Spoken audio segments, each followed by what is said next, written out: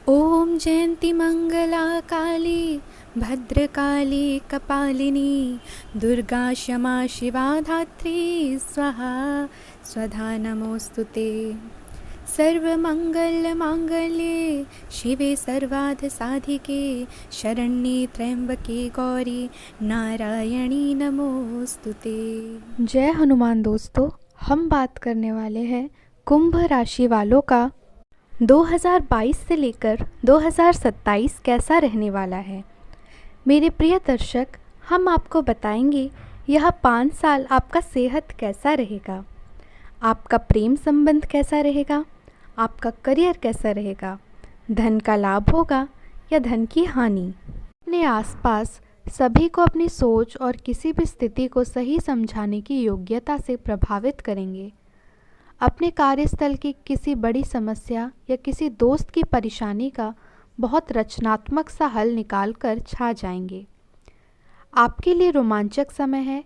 आपको किसी का ध्यान अपनी ओर खींचने की ज़रूरत नहीं है, बल्कि लोग खुद आपकी ओर सहायता लेने के लिए आएंगे। आप भावनात्मक रूप से बिल्कुल शक्तिशाली हैं। आपको इस मौके का प्रयोग अपने संपर्क में आने वाले हर व्यक्ति के लिए प्यार और देखभाल दिखाने के लिए करना चाहिए। लेकिन आपको यह सब करने से पहले मेडिटेशन करके अपनी क्षमता को कोई रास्ता देना चाहिए। अगर आप मूड में हैं तो अपनी इस ऊर्जा का उपयोग अतिरिक्त एक्सरसाइज करके भी कर सकते हैं। गुरुदेव बृहस्पति की दृष्टि पंचम भाव पर होने से आपके रिश्ते में मिठास आएगी। अगर कोई पुराना मतभेद था तो उसका निवारण हो जाएगा। जीवन साथी में एक दूसरे के प्रति समर्पण और ईमानदारी की भावना आएगी। मन प्रसन्न रहेगा। जीवन साथी या प्रियजनों के साथ कहीं घूमने जाने की योजना बन सकती है। बेशक आपके प्रेम और दाम्पत्य जीवन में बृहस्पति मधुरता के भरपूर अवसर बनाएंगे, लेकिन बुध की छठे भाव में स्थिति कुछ संवादहीनता की स्थिति भी खड़े करेगी। दूसरों की कही सुनी बातों पर एकदम ध्यान ना दें। अपने जीवन साथी के साथ संवाद बनाए रखें। अपने बीच की बातों को आपसी बातचीत के ज़रिए हल करने की कोशिश करेंगे तो आपके लिए फ़ायदेमंद रहेगा। साथ ही कटुता नहीं आने पाएगी। अपने बीच की बात किसी तीसरे तक ना जाने दें, चाहे वह परिवार का कोई सदस्य या निकट मित्र ही क्यों ना हो।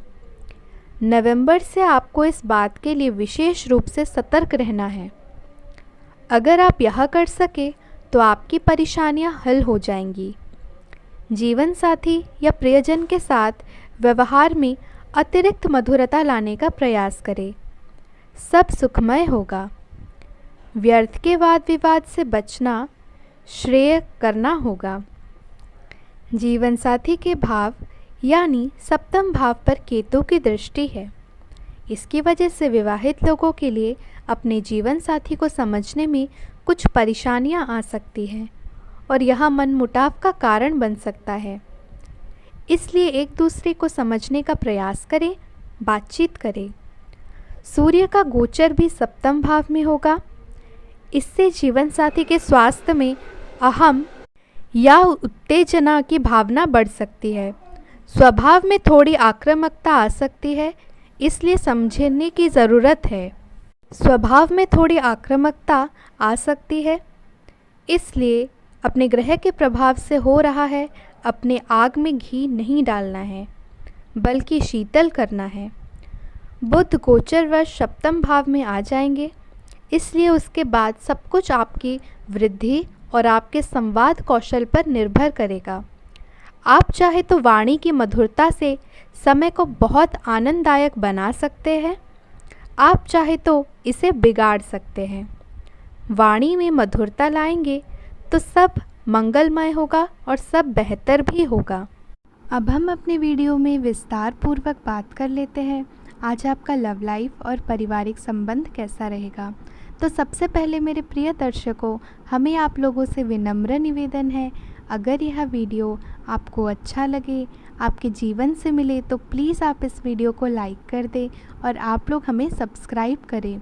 दोस्तों, आपका एक लाइक और एक सब्सक्राइब हमें काफ़ी उत्साह प्रदान करता है। उम्मीद है आप लोग सपोर्ट करेंगे। तो आइए वीडियो में हम आगे बढ़ते हैं। आपके मुश्किल समय में आपके प्रिय ने आपको काफ़ी प्रेरणा और आगे बढ़ने की हिम्मत दी है और आप इसके लिए उसका काफ़ी सम्मान भी करते हैं। लेकिन किसी विशेष परिस्थितियों की वजह से आप दोनों के बीच गलतफहमी आ गई है और दूरी की यह खाई बढ़ती ही जा रही है। स्थिति को बिल्कुल ख़राब होने से पहले ही संभाल लें। शायद आप जितना संभाल सकते हैं आपके पास फ़िलहाल उससे कई ज़्यादा है। आपके पास काफ़ी काम होने के साथ साथ कई सारे अफेयर भी है। इनके चलते आपको अपने काम के साथ समझौता करना पड़ सकता है, जिससे आपको भविष्य में काफ़ी परेशानियां हो सकती है। अपने पार्टनर के साथ ईमानदार रहे और उसके पास जो है उसी में तसल्ली रखें। अब आइए हम विस्तार पूर्वक बात कर लेते हैं। आपका धन का लाभ होगा या हानि। धन संबंधी के मामले में अब खेल दोबारा शुरू होगा। आपको धन का फ़ायदा होगा। आप आसानी से पैसे इकट्ठा कर सकते हैं। लोगों को दिए पुराने कर्ज वापस मिल सकते हैं या फिर किसी नई परियोजना पर लगाने के लिए धन अर्जित कर सकते हैं। पारिवारिक उत्तरदायित्व में वृद्धि होगी जो आपको मानसिक तनाव दे सकती है। अप्रत्याशित रोमांस आपको अचानक मिल सकता है। अगर आप दोस्तों के साथ बाहर घूमने जाते हैं, काम पर लोगों के साथ मौजमेल में समझ और धैर्य से सावधानी बरतें। इस राशि के लोगों को अपने आप को समझने की ज़रूरत है। यदि आपको लगता है कि आप दुनिया की भीड़ में कहीं खो गए हैं, तो अपने लिए वक्त निकालें और अपने व्यक्तित्व को और उभारने की कोशिश करें। आपका जीवन साथी वाकई आपके लिए फरिश्ते की तरह है और आपको यह एहसास ज़रूर ही होगा। धन से संबंधित कुछ समस्याएं आ सकती है। आपको यह समझना होगा कि कौन सा खर्च ज़रूरी है और कौन सा गैर ज़रूरी। अन्यथा आपको वित्तीय संकट से गुजरना पड़ सकता है। अगर आप अपनी आय बढ़ाना चाहते हैं तो आपको कुछ नवीनतम पद्धति का समावेश करना होगा और वह आप पर निर्भर करेगा कि आप उसका कितना फ़ायदा उठा सकते हैं, क्योंकि वह आपके मेहनत और उस पद्धति के आज के समय में महत्व पर भी निर्भर करता है। आप में लोगों के जीवन में एक फ़र्क लाने एवं उनकी सहायता का भाव रहेगा। आप धर्मार्थ कार्य में शामिल हो सकते हैं जो कि आपका समय और प्रतिबद्धता को छीन सकता है।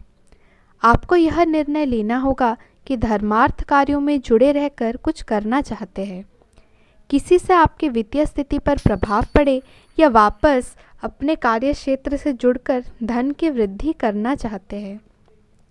अब आइए हम बात कर लेते हैं आपके लिए मेरा क्या सुविचार है। जिस धागे की गांठें खुल सकती है, जिस धागे की गांठें खुल सकती है उस धागे पर कैंची नहीं चलानी चाहिए। जिस धागे की गांठें खुल सकती है उस धागे पर कैंची नहीं चलानी चाहिए।